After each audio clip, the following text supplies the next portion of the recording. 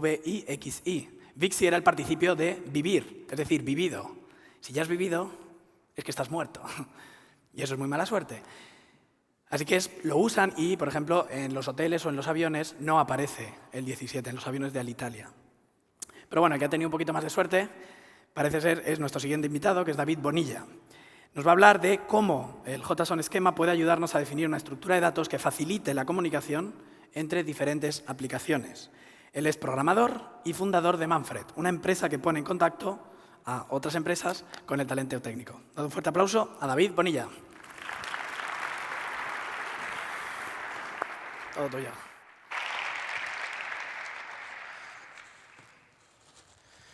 Bueno, hola. A ver, perdón. Pues sí, me llamo David Bonilla. A ver cómo funciona esto. Ese soy yo. Y trabajo en Manfred, que sí, es una compañía que se dedica a poner en contacto a talento técnico y a compañías. A los primeros les ayudamos a encontrar una compañía en la que puedan desarrollar su carrera profesional y a los segundos a encontrar profesionales que, bueno, encajen en su estructura actual y sus necesidades. No hay mucho más. Y para lograrlo, utilizamos tecnologías como JSON y JSON Schema, que es de los que os quiero hablar hoy. Va a salir bastante código en la presentación. No hace falta que copiéis y fotografiéis absolutamente nada si no queréis, porque al final de la charla hay un enlace enorme con bueno, recursividad pura y dura a la charla y al repo con todo el código. Y nada, la intención es devolver a la comunidad un poquito, solo un poquito, del valor que nos aportan, por lo menos a nosotros, todos los días. Bueno, el qué. Vamos a empezar a hablar de qué es eso de JSON. La verdad es que JSON y JSON Schema es una tecnología hiper mega simple. O sea, es decir, no da para charla de 40 minutos ni de coña. Así que he tenido que meter bastante morrayita, ya lo veréis. ¿JSON qué es? JSON es un formato de datos para trabajar con JavaScript.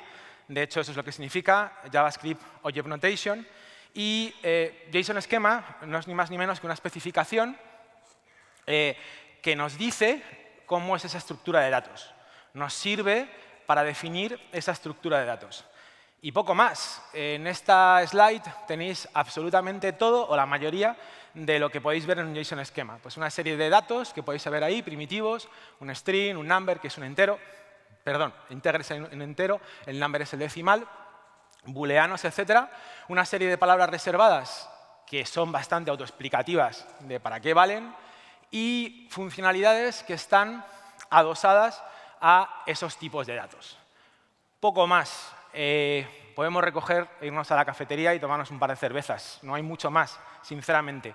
O al menos en el 99% de los casos y en el 99% de los esquemas que podéis ver por ahí. La gente se queda en que JSON Schema me vale para decir que tengo una dirección, que la dirección tiene una calle, que es un string, que tiene un número de calle, que es un integer, y para de contar. Pero lo cierto es que hay bastante más. De hecho, casi parece un metalenguaje de programación. Me voy a tirar a la piscina, aquí a pecho palomo. Vamos a ver de qué carajo estoy hablando. Pero en sí es verdad que la tecnología es bastante sencillota. No podemos competir con charlas que están hablando de programación cuántica o de Internet of Things. Esto es lo que hay, no hay mucho más. Pero la verdad es que aunque a los programadores nos gusta mucho hablar de tecnología compleja, ¿no? Pornografía tecnológica, ¿no? O sea, cuanto más complicado, cuanto más magia, mejor. Que tenga sentido no usarlo, bueno, eso ya lo veremos luego, pero vamos a utilizar la última versión del último que nos ponen. En realidad, lo más chulo de la tecnología no es la tecnología en sí, sino lo que hacemos con ella, el por qué, lo que logramos con esa tecnología. Así que, bueno, lo siento por la parte autobiográfica y quizás un poco comercial, pero os tengo que contar el por qué. ¿Por qué caray utilizamos JSON y JSON Schema en una empresa de recruiting? Bueno, pues hace un año yo di una charla justo aquí y al poco pues dejé la empresa en la que estaba. Quiero pensar que no están son eventos no conectados. Pero lo cierto es que después de hablar de salarios y demás, pues dejé el trabajo en el que estaba. Lo recuerdo perfectamente porque en aquel momento yo tenía un salario. Eran otros tiempos, buenos tiempos, no había mejor pasada. Y después de dejar el trabajo dije, bueno, ¿qué hago con mi vida? ¿Qué puedo hacer? ¿A qué me dedicar? ¿Trabajar por cuenta ajena? ¿Emprender de nuevo? Y como el imbécil que soy, decidí emprender de nuevo y de todas las posibilidades que tenía, pues me metí en el tema del recruiting. ¿Por qué? Porque como persona que ha estado en ambos mundos, mi sensación es que el recruiting estaba roto, absolutamente roto. ¿Y por qué? Pues porque esto es lo que está pasando actualmente. La informática es un sector, es un nicho que en un país con un 18% de paro es completamente diferente, es una burbuja, es un mundo aparte. Es el único nicho, por lo menos que yo conozca, donde hay muchísima más ofertas de trabajo que gente con experiencia y habilidades para poder cubrir esas experiencias de trabajo. Esas ofertas de trabajo, perdón. Eso es lo que está pasando. Y básicamente las empresas no entienden que esto no es un cambio en sí, sino que es un cambio de paradigma. Que cuando van a buscar gente no están comprando, están vendiendo. Y no saben cómo gestionarlo directamente. No lo saben. Por eso nos pagan a gente como nosotros dinero para que encontremos la gente que necesitan. Y no pagan poco, la verdad. Cuando me puse a investigar cómo estaba el tema del recruiting, pues lo que me encontré fue Mordor, el Averno. En un mercado, en un marketplace, de otra cosa no sé, pero algo de marketplaces sí sé porque he montado alguno, donde realmente el recurso escaso era el talento, erais vosotros, todo seguía girando alrededor de la oferta de trabajo. Nadie ponía al recurso más escaso en el centro, que eran las personas. Nadie. Todo seguía pivotando alrededor de la oferta de trabajo. Las compañías ponían ofertas de trabajo en clasificados y esperaban que la gente llegara allí, pero la gente no llega allí porque básicamente casi todos están trabajando, así que no están buscando empleo activamente. Los recruiters hacían lo que podían, que en un 99% de los casos era taladrar por LinkedIn y poco más, y los candidatos, que se supone que sois vosotros, pues tampoco lo hacían demasiado bien, porque seguían siendo reactivos. Casi nadie tenía un plan de carrera profesional, sino que reaccionaba ante diferentes estímulos, diferentes ofertas de trabajo, pero no se era proactivo. Así que me hice un deck con todas mis ideas y me fui por ahí visitando departamentos de recursos humanos. Especialmente tengo que agradecerle a la gente de Singular que me abrieron de par en par su casa y me tuvieron ahí taladrando y haciendo preguntas durante un montón de tiempo. Era un deck para hablar con la gente de recursos humanos y que me explicaran un poco, bueno, si lo que estaba pensando hacer era una absurdez o no. Y todo el mundo decía que tenía sentido. Pero no era un deck para buscar pasta. Decidí que no quería inversión, quería hacer todo con recursos propios y que por eso iba a empezar haciendo servicios para pagar la fiesta. Mi mujer me ha dicho que era muy importante que os recalque, por si alguien quiere hacer algo similar, que dejé de cobrar nómina en marzo y empezamos a facturar en diciembre. No sé muy bien por qué, pero mi mujer ha insistido que os lo comente. Bueno, pues la idea siempre fue hacer producto, ¿vale? Pero empezando a hacer servicio. Y todos me decían, sí, hazlo, tiene sentido, hazlo. Así que lo hice. Me lancé y lo primero que me di cuenta es que uno de los elementos que tenemos para hablar unos con otros, que es el currículum, pues apestaba. Lo que yo me encontraba apestaba. No sé si habéis visto ese típico one-pager o alguien os lo ha pedido, que es ponme toda tu carrera profesional en un A4, en una carilla. Pero eso no tenía ningún sentido. O sea, vamos a ver, que no estás hablando de huevos fritos, estás hablando del recurso más escaso del marketplace de talento, que es Beluga, joder. ¿Me estás diciendo que estás dispuesto a pagar el 15, el 20% del salario bruto de alguien para encontrarlo y que quieres que te diga quién es en una carilla? ¿Eres tonto o qué? Jolín, no valía para nada. Así que lo primero que pensé fue hacer un formato propio de currículum. Y esto es lo que tengo. Si alguien llega a Manfred y nos pide que le ayudemos con su carrera profesional, le pedimos que nos complete este formato de currículum. De hecho, lo que hacemos es mandarle el nuestro, porque si yo le pido a alguien que me haga un currículum contándome un montón de cosas, no solamente contándome qué es, que es súper importante, sino sobre todo qué quiere ser, lo mínimo es que yo le dé el mío. Si trabajamos de igual a igual, pues no te voy a pedir lo que yo no estoy dispuesto a darte. Así que les mandamos este currículum. Si lo mando yo o Yago, que es el empleado número 1 y hasta único en Manfred, le manda el suyo. Y, sinceramente, no lo soléis rellenar, casi ninguno. ¿Por qué? Bueno, primero porque es un poco taladro. Esto en Keynote iba fantástico. Bueno, PowerPoint hace lo que puede, pero básicamente, de verdad, ese es mi currículum. Son 11 páginas. Y acaba con un montón de preguntas que intentan dar contexto a cómo es cada persona. Y esto, por A por B, no sé por qué, pero como que os cuesta un poco rellenarlo. Y lo entiendo. El primer blocker para trabajar con esto fueron los técnicos, vosotros. ¿Por qué os cuesta? Porque básicamente casi todo el mundo os pide que rellenéis muchos currículos, muchos formatos propios de currículos. Que si un portal de clasificados, que si no sé qué, que si no sé cuántos. Pero realmente eso es mentira, no estáis creando vuestro propio currículum. Eso es mentira. Lo que estáis haciendo es darles vuestros datos. Pero esos datos dejan de ser vuestros, se lo quedan ellos.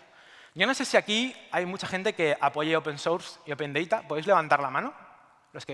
Gracias. No la bajéis. Los que apoyéis Open Source, Open Data y tengáis vuestro currículum, vuestro perfil en LinkedIn, ¿podéis ir con la mano levantada? Gracias.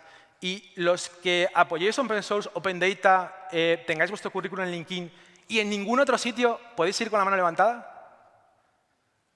Gracias. El que ya la cuestión es que no tenéis currículum, tíos. O sea, básicamente los datos son de ellos, es su negocio, coger vuestros datos y venderlos al mejor postor. Así que a lo mejor os debéis plantear tener un currículum. Pero es verdad, esto es un taladro. Es un taladro y hay que intentar hacer algo para que bueno, os cueste menos y aportaros valor. Lo primero que se me ocurrió, dar los datos. Esto está en Google Docs y yo lo que os pido es que cogéis este currículum, lo copiéis, sea vuestro y luego nos lo compartáis. Pero que sean vuestros datos. Vale, fantástico. Segundo problema que teníamos, las empresas, otras plataformas, si queríamos que esto realmente fuera utilizable, tenía que ser consumible por otros servicios de software.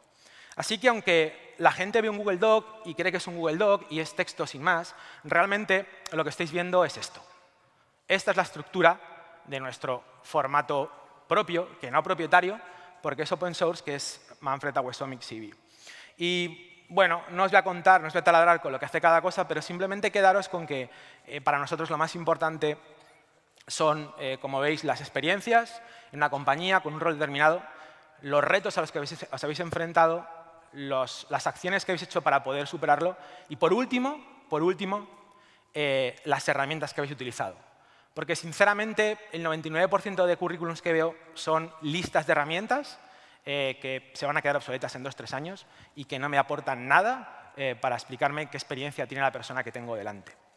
Os cuento esta chapa porque alguien, un cámara del metal, me preguntó por Twitter, oye, ¿por qué no, si quieres crear un currículum en JSON y que sea open source y que sea compartible y que la gente pueda hacer cosas con él, ¿por qué no te sumas al proyecto de JSON Resume? Porque es open source y comparte la misma visión. Bueno, os soy sincero. Básicamente por pereza. JSON Resume es un proyecto brutal, es buenísimo, pero hace 2 años que no hacen ni un solo commit. Eso da igual, puedes cogerlo, hacerlo tuyo, hacer todos los pull requests que quieras, lo que sea.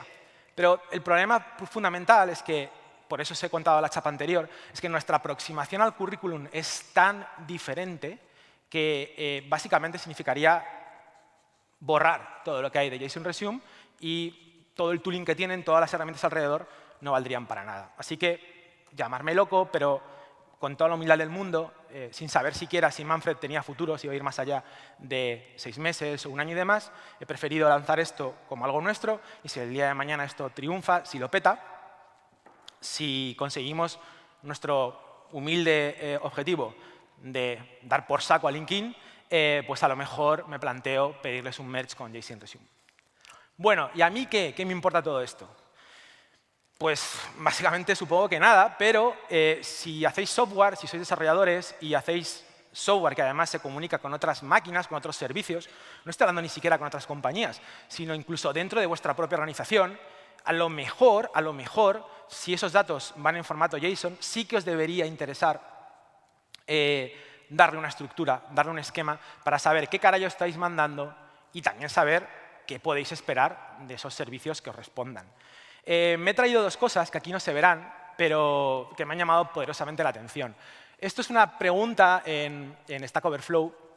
Me he dado cuenta de que ha sido una pésima idea poner código en pantalla porque no hay mucha resolución, pero bueno, intentaré traducir todo lo que veis. Y es una pregunta en la que alguien dice, ¿cómo puedo sacar el esquema de datos de una colección de documentos en Mongo? No sé si conocéis MongoDB como base de datos, es una base de datos NoSQL, que por defecto significa, bueno, eso significa que no tienen estructura los datos. La estructura va asociada a los datos porque no hay tablas, hay colecciones de documentos, cada uno de su padre y de su madre. Y alguien le responde, bueno, muy sencillo, te haces un find, o sea, haces un select asterisco de la tabla, ¿vale? Traduzco, y te imprimes todo lo que hay y te lo estudias. Y ya está, esa es la estructura de datos. Claro, hay alguien por aquí abajo que le dice, oye, ¿y si los documentos son diferentes? Porque evidentemente en una colección de MongoDB todos los documentos pueden ser diferentes. Lo curioso de esto, que me produce entre tristeza y ternura, ya no sé, trisnura, no sé, es que esa respuesta tiene 30 votos positivos en Stack Overflow. Amigos, ¿qué estamos haciendo con la profesión? Más allá de eso, este post en Medium también me llamó mucho la atención. Cómo encontrar un esquema en una colección de MongoDB. Y aquí refinan un poquito la solución. Aquí ya no te pidan que te imprimas, que hagas un find de todos los documentos que tengas en una colección de Mongo, que potencialmente podrían ser millones. Te piden solamente que te traigas el primero. Y con el primero lo que hacen es pues, una serie de scripts muy chulos y demás para ponértelo todo bonito, indentadito y demás, con la estructura del primer documento. Que, insisto, no tiene por qué coincidir en absoluto con los otros 3 millones de documentos que tengas en esa colección de Mongo.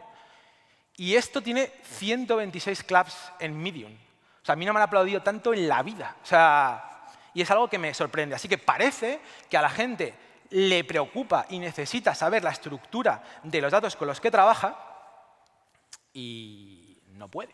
Esto, desde luego, no vale. Por cierto, me parece que es de la versión 3.6, hablo de memoria, MongoDB implementó un validator que cuando te creas una colección permite que le adjuntes un JSON esquema y que todo se valide contra ese JSON esquema y que lo que vaya ahí, los JSON que vas guardando, bueno, pues que cumplan ese esquema.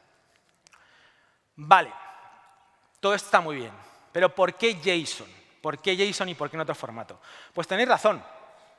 Yo tengo 40 años y ya he vivido bastantes aventuras y he trabajado muchísimo con XML y XSL y he hecho cosas chulísimas. De las herramientas más productivas que yo jamás he programado, alguna de ellas está basada en XML y en XSL. Por ejemplo, un generador de listados que le ahorró muchísimo tiempo a mi equipo. Y es verdad que suena súper viejuno.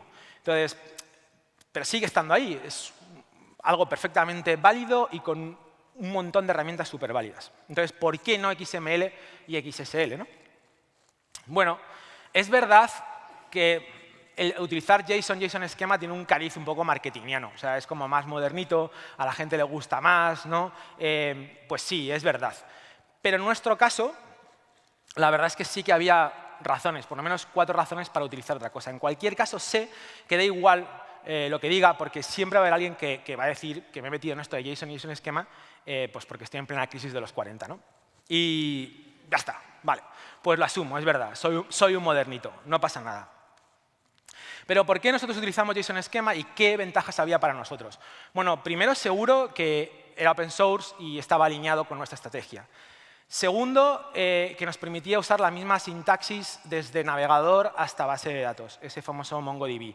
¿Por qué eso era importante para nosotros? Porque, hablo de nosotros, primero plural majestático, normalmente era yo solo en mi habitación, pero bueno, ¿por qué era importante para mi visión de la empresa? Porque para mí nadie en Manfred puede no programar. Creo que programar es una habilidad transversal y que el día de mañana el que no programe pues será prácticamente un analfabeto, como alguien que no sepa leer. No es una habilidad específica, sino transversal. Entonces, me da igual que seas recruiter, que seas un tío de operaciones, que seas un tío lo que sea. Si trabajas en Manfred, vas a tener que programar. Eso es un reto brutal, coger a alguien sin entorno tecnológico, sin ningún tipo de conocimiento tecnológico y enseñarle. Así que, sinceramente, prefiero dedicarme a enseñarles fundamentos de programación en vez de enseñarles diferentes sintaxis. Una para front, una para back, no. Así que JavaScript y para de contar. Tercero, porque era un formato muy expresivo. Como veréis, se autodocumenta solo. Mola un montón. Es muy rico. Y luego, porque tenía un montón de soporte de la industria. La verdad es que hay mucha gente utilizando JSON Schema hoy en día. Vale, y ahora nos metemos en la parte más técnica. Y me estoy dando cuenta de que aquí no se ve nada. O sea, he triunfado como los chichos. De hecho, me voy a tener que acercar yo aquí porque soy miope. Pero bueno, esto que veis aquí es un JSON Schema. Insisto, al final vais a tener la presentación, así que no sufráis. Lo que veis aquí pone description y básicamente lo que está haciendo es describir ese campo. Ese campo es un campo que pone móvil y ahí lo que pone es, oye, es el móvil de un candidato. Pero hay más. También tiene comentarios. Una de las mayores críticas a JSON es que no admite comentarios. Bueno, pues JSON Schema sí admite comentarios. En ese caso en concreto pone, oye, cuidado, que solamente valida a móviles españoles. Es importante esta diferencia entre description y comment porque mucha gente utiliza JSON Schema, como veremos, para generar documentación de forma automática. Para mí, comment es algo más interno y description es algo que puede ir para afuera. Y además, puedes poner ejemplos de datos que estarían validados por ese JSON Schema. En este caso en concreto, bueno, pues una serie de teléfonos que sí valdrían para ese campo. Además de los primitivos que hemos encontrado, JSON Schema nos permite jugar con otros tipos de datos que para mí son bastante interesantes. El primero es que nos permite trabajar, a ver si sale, con enumeraciones. Una lista finita de valores y un caso paradigmático, como en este caso es las provincias. Pero podrían ser estados de Estados Unidos o lo que sea.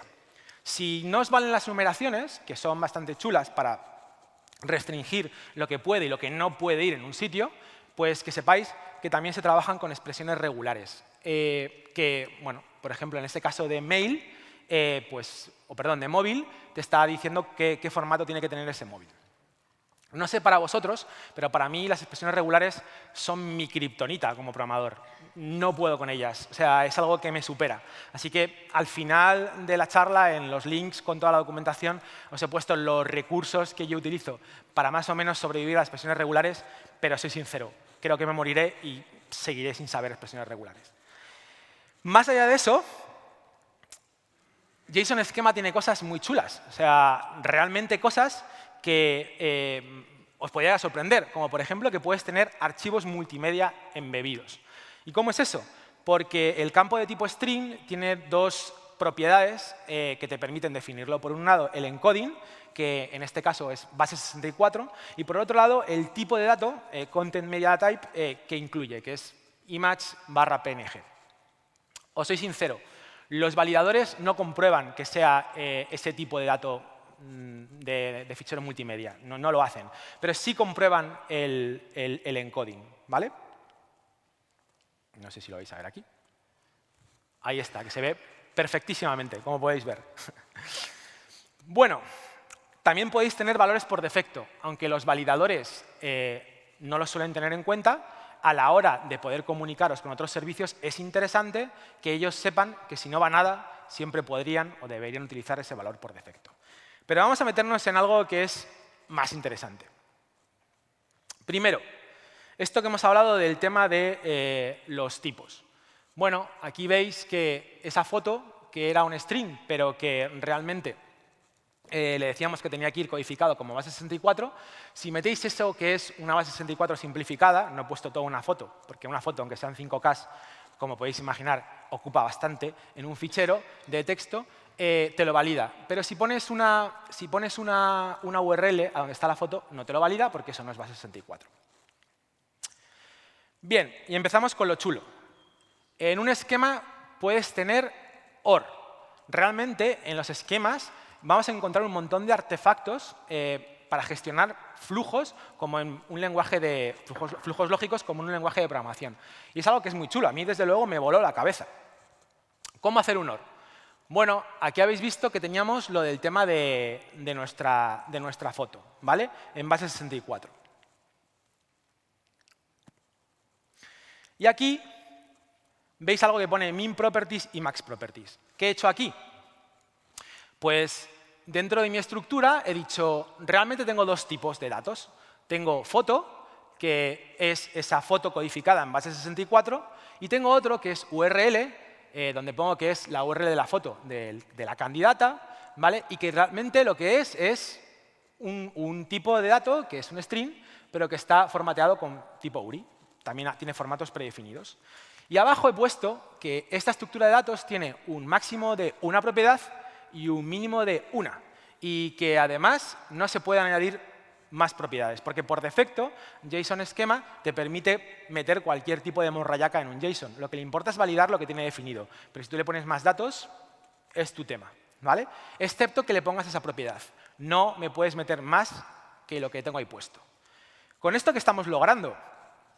Que tenemos una estructura con dos datos, foto y URL, pero le estamos diciendo en nuestro esquema que solo podemos tener una y que como máximo debemos tener una. Es un OR lógico como una casa. Si esto lo probamos con diferentes JSONs, veréis que si tengo un JSON con una propiedad foto, que es un string en base 64, valida, pero si tengo una estructura con una foto y una URL, el validador ni siquiera se mete a mirar si dentro hay una base 64 o no, sino que directamente te dice, oye, cuento dos propiedades y lo máximo aquí era 1. Es decir, te obliga a elegir, ¿vale? Evidentemente, vosotros podéis mandar lo que os dé la gana, pero si el servicio que tenéis enfrente valida vuestro JSON con un esquema, pues directamente os lo va a rechazar. Pero hay más. Podemos tener OR exclusivos o SOR, e incluso podemos tener ANDs. ¿Y eso cómo se hace? De una manera un poquito más elegante.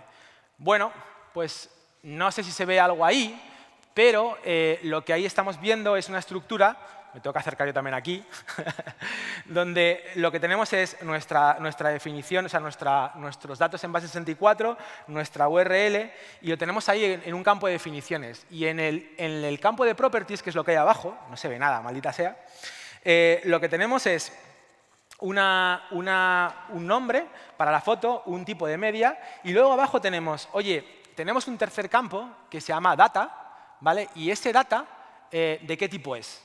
Y en ese data, ¿qué tipo es? Hacemos una referencia a lo que tenemos arriba, o un base 64 o una URL, o sea, un string con formato URI.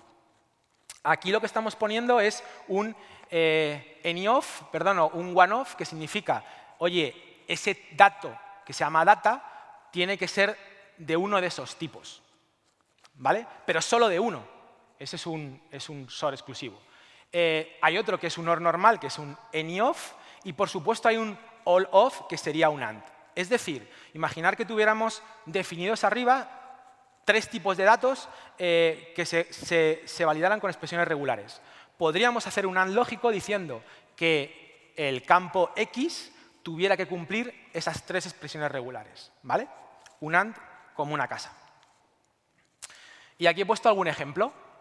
Aquí básicamente lanzamos el mismo JSON en uno con base 64, en otro con URL, y los dos validan. ¿Por qué? Porque tenemos un OR. Me vale esto y me vale lo otro. ¿Qué pasa si, en cambio, aquí pongo en data vendo Opel Corsa y en content type pongo anuncio barra molón? Primero, anuncio barra molón no está definido en la numeración de mimetipes que yo me he creado, así que me dice que ni de coña. Y aquí lo que te está diciendo es que esto no valida contra la condición one-off, es decir, o uno o otro, ¿vale? No valida, así que no está bien, no nos vale. También tiene if-else.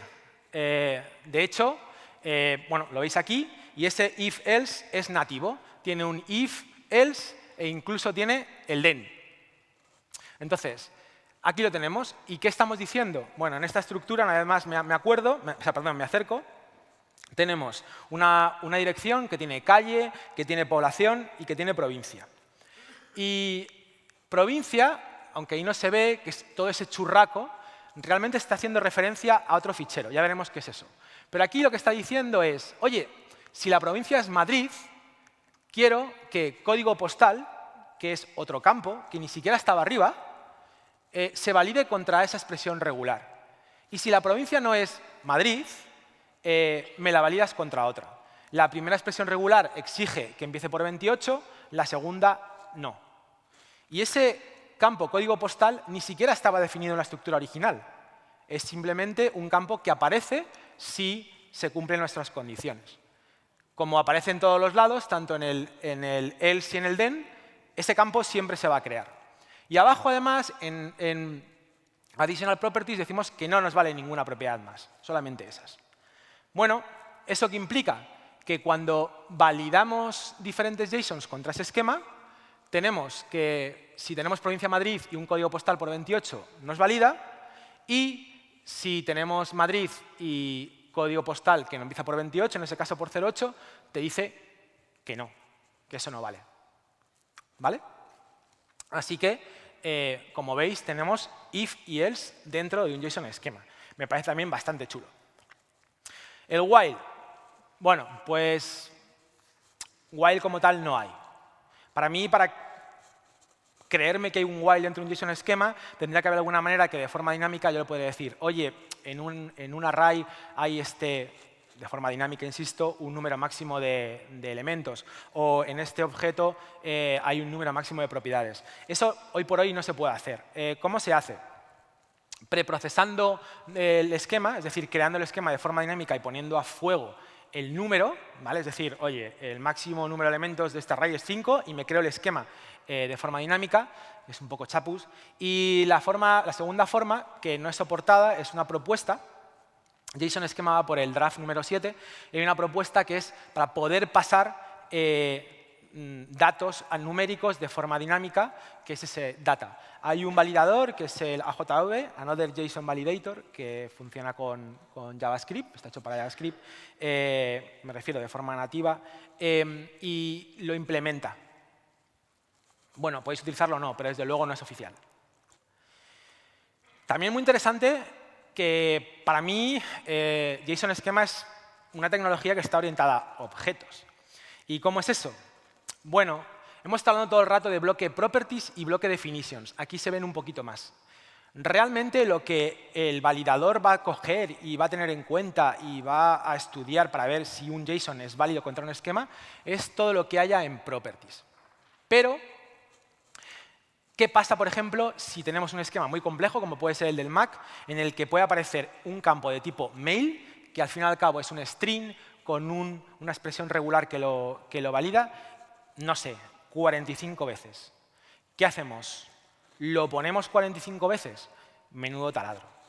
Entonces, para solucionar eso, se utiliza un bloque que se llama definitions, que va por encima de properties y está al mismo nivel. Definitions es una convención, quiere decir, lo podéis llamar Knuckle, mis cositas o lo que os dé la gana.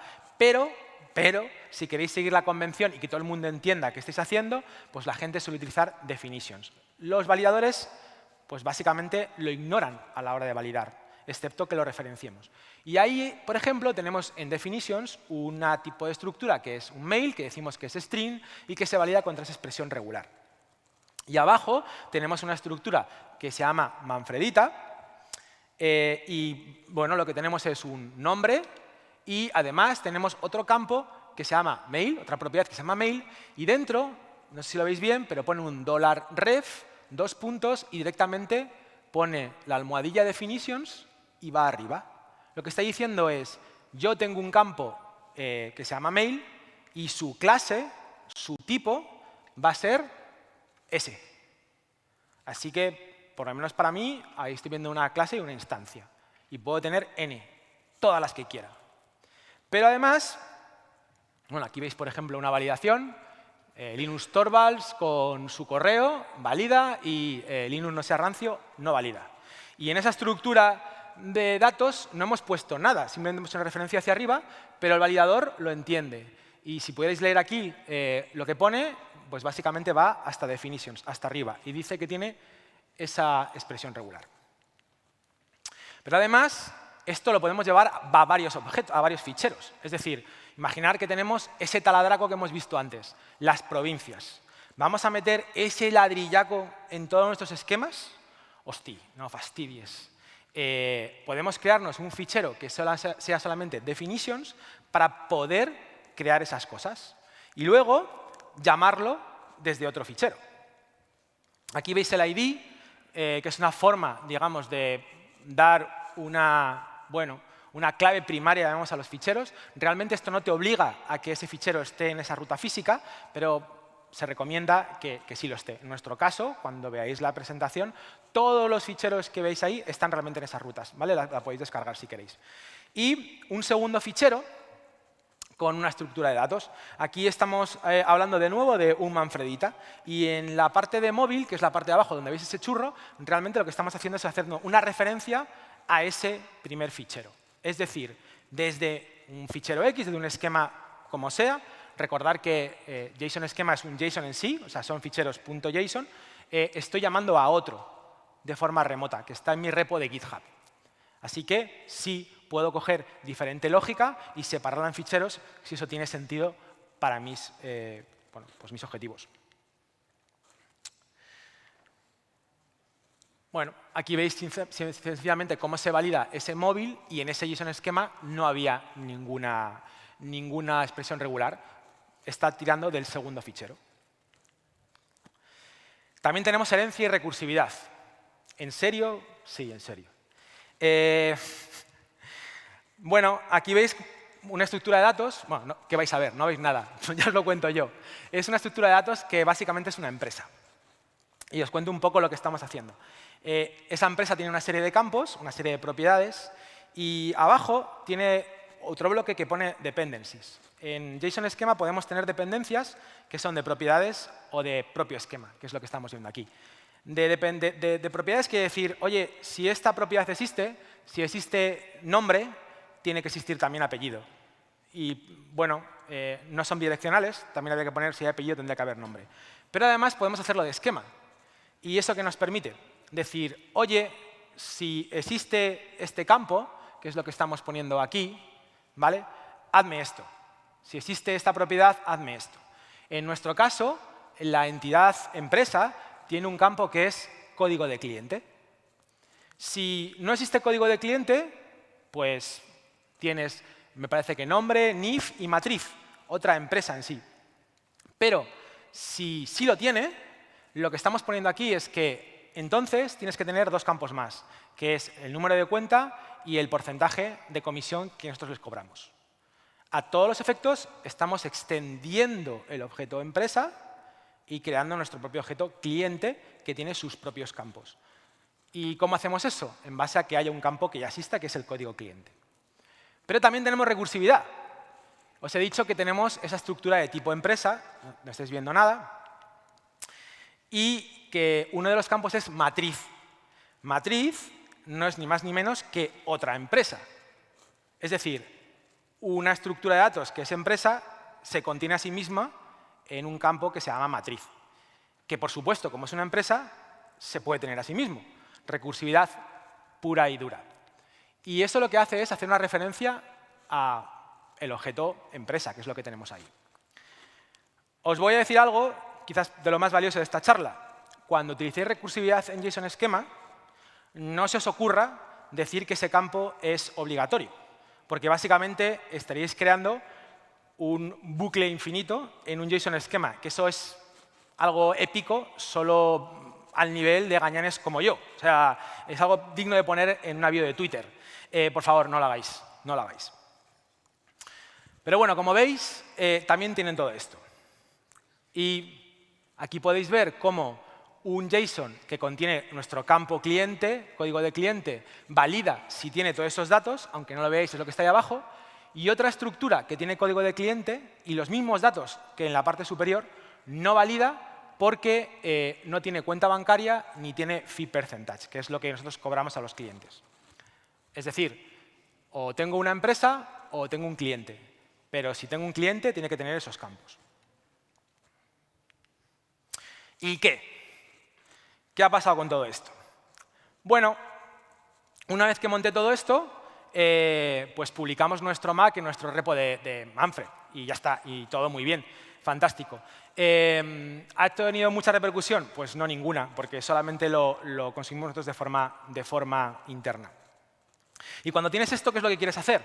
Comprobar si lo que querías tenía sentido. Si has creado una estructura de datos que cualquiera pueda consumir, que cualquiera pueda trabajar con ella sin tener que hablar contigo siquiera, que sea autoexplicativa. ¿Y qué solemos hacer cuando queremos hacer eso? Pues buscar al programador o a la programadora más senior que podamos para que pruebe nuestras cositas, ¿no? Alguien que tenga tiros pegados, que entienda lo que estamos haciendo. Bueno, pues nuestra aproximación fue completamente diferente. Os presento a los verdaderos protagonistas de esta historia, que son Emma, Laura, Yago, Marina y María. ¿Quién es esta gente? Bueno, pues de Yago ya os he hablado, es el único empleado, hasta la próxima semana, de Manfred, y básicamente es un chico, como veis, alto, guapísimo, con pelo, gallego, riquiño, pero el chico ha estudiado AD. El chico de informática, de momento, bueno, ahí está, haciendo lo que puede, ¿vale? Y él fue el coordinador del proyecto. Y el resto del equipo eran Adalabers. No sé si conocéis la iniciativa Adalab, pero es un bootcamp y en 5 meses cogen a mujeres que quieren entrar en el mundo de la informática y les ayudan a dar sus primeros pasos a aprender sus fundamentos de programación, ¿no? Así que este era el equipo que se enfrentó a nuestro JSON Schema. Un chico de ADE y 4 chicas que tenían 5 meses de experiencia total, quiero decir, no laboral, no, total, de programación. Y además, para complicar las cosas, tenían 4 días de trabajo. 4 días de trabajo no puros para hacer algo con JSON Schema. Una receta para el desastre más absoluto, por supuesto. De aquí no podía salir nada bueno. El quid de la cuestión es que nos reunimos con ellas y tuvimos una conversación, les explicamos lo que queríamos en aproximadamente media hora, 40 minutos. Les explicamos lo que era JSON Schema, lo que queríamos hacer con una cosa, con la otra y demás, y poco más. Nos pidieron hasta un JSON de ejemplo y yo voluntariamente me hice el loco. No les di absolutamente nada, solo les di un JSON Schema, poco más, y lo que quería hacer con ello. Bueno, hicieron la presentación, presentaron todo lo que tenían y no solamente lo petaron muy fuerte, sino que principalmente, bueno, a mí, vamos, me sorprendieron muchísimo. ¿Qué llegaron a hacer? Bueno, esto es código suyo y, por cierto, también al final de la charla tenéis enlace al repo donde está todo. Crearon, desde luego, un editor a pelo capelo de JSON para que pudierais meter ahí vuestro currículum. Pero es que también metieron un formulario para que lo pudierais hacer de forma más visual, para que no tuvierais que meter una imagen en base 64, sino que directamente pudierais dar un botoncito y subir. También, por supuesto, crearon una visualización del currículum con dos vistas, una normal y otra para imprimir. Pero es que además teníais esto para coger directamente el código y embeberlo donde quisierais. El alcance del proyecto era aún más ambicioso, era poder subir el currículum a una plataforma, llámese Manfred, y poder directamente embeber un iframe en vuestro blog, en vuestra página, lo que fuera, y editar el currículum desde ahí. Bueno, llegaron ahí en 4 días. Sencillamente me pareció brutal, brutal. Evidentemente no somos los únicos que utilizamos JSON Schema. Hay gente mucho más conocida que sí lo hace. Aquí, por ejemplo, en el mismo barrio tenemos a Job and Talent, que utilizan 250 esquemas, me estuvo contando Germán esta misma semana, para validar todas las comunicaciones internas que tienen entre los equipos de mobile y el equipo de back. Con ello, básicamente, no solamente definen su API, sino que controlan que los datos que reciben y que envían sean válidos. Lo que ha hecho Heroku es muy chulo. No solamente define toda su API con JSON Schema y bueno, una extensión de la misma que se llama Hyperlink, sino que además toda la documentación de la API la genera de forma automática solo con los datos. Recordar que teníamos descripción y tenemos ejemplos, es decir, casos de uso, que tienen en su JSON Schema. La documentación se actualiza de forma automática con cada nueva versión del esquema.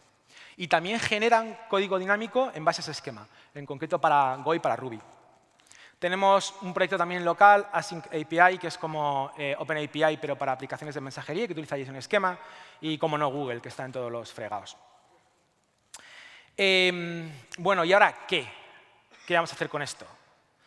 Pues, sinceramente, nuestro mayor reto ahora mismo no es tecnológico, para poder expandir el tema del currículum utilizando JSON esquema.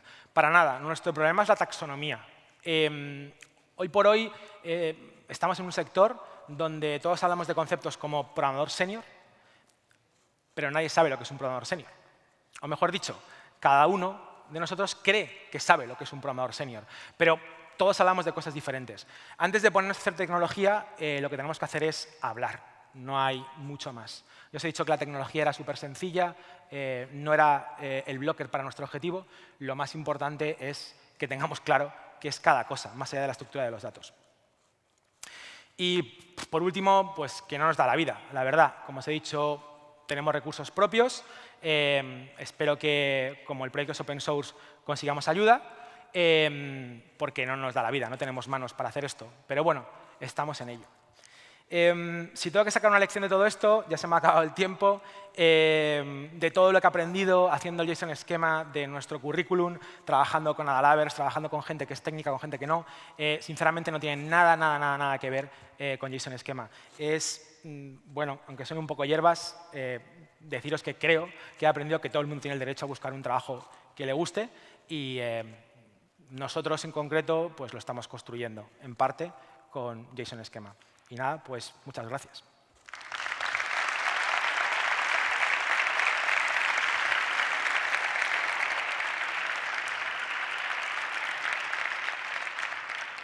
No sé si hay alguna pregunta, ya que no se ha visto nada de código.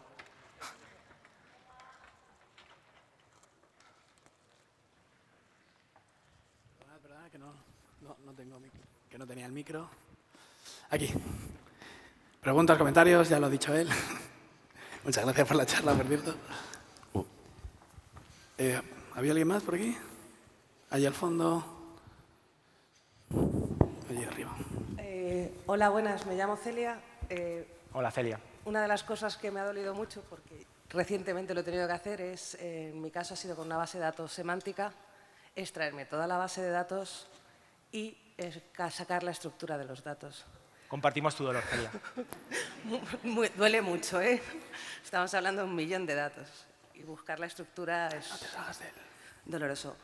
Por favor, ¿podrías dar alguna indicación o refuerzo para que forcemos a tener una estructura de datos de alguna manera? O sea, quiero decir, para mí es importante saber de qué estamos hablando. O sea, cuando hablamos tenemos una semántica, tenemos un vocabulario. ¿Por qué insistimos en tener bases de datos sin ningún tipo de estructura? Pues, sinceramente, creo que en parte es moda. Ya que lo he comentado al principio, creo que como programador lo he vivido. O sea, nos mola probar cosas nuevas. Ya luego miraremos si tiene sentido o no. Yo conozco muy pocos casos de uso donde el NoSQL tenga sentido. Sencillamente, ¿no? Y está trabajando con bases de datos y demás. Personalmente, lo que tú dices, ¿por qué no creamos una estructura de datos? ¿Por qué no le damos una pensada a qué queremos guardar y por qué? Porque al fin y al cabo eso es la base de la informática, el trabajar con datos, ¿no? Entonces, a mí me parece básico, pero sobre todo porque, ya os lo he dicho, yo creo en el open source y para mí open source no es que un código tenga una determinada licencia. Si es inusable porque nadie sabe lo que produce ni lo que consume, eso no es open source, eso es otra cosa. Entonces, lo único que te puedo decir es que si alguien me pregunta, te diré que para mí es crucial bueno, saber con qué datos estamos trabajando. Pero a mí no me hace caso mi mujer, me va a hacer caso la gente. Ya lo siento. Una pregunta rápida aquí y una respuesta concisa aquí. Allí Hola. Sí, gracias por tu presentación. Quería preguntarte sobre ese esquema que habéis definido en Manfred para el currículum vitae, porque te cuento, yo soy investigador. Todo investigador en España ahora mismo tiene que tener su currículum según el CV normalizado que dicta la Federación Española para la Ciencia y Tecnología. Y quería saber en qué te has basado. Bueno, a nivel europeo conozco el Europass CV, que es el pasaporte de competencias, que no sé hasta qué punto es utilizado, pero pretende unificar un poco las ofertas y demandas de trabajo en la Unión Europea.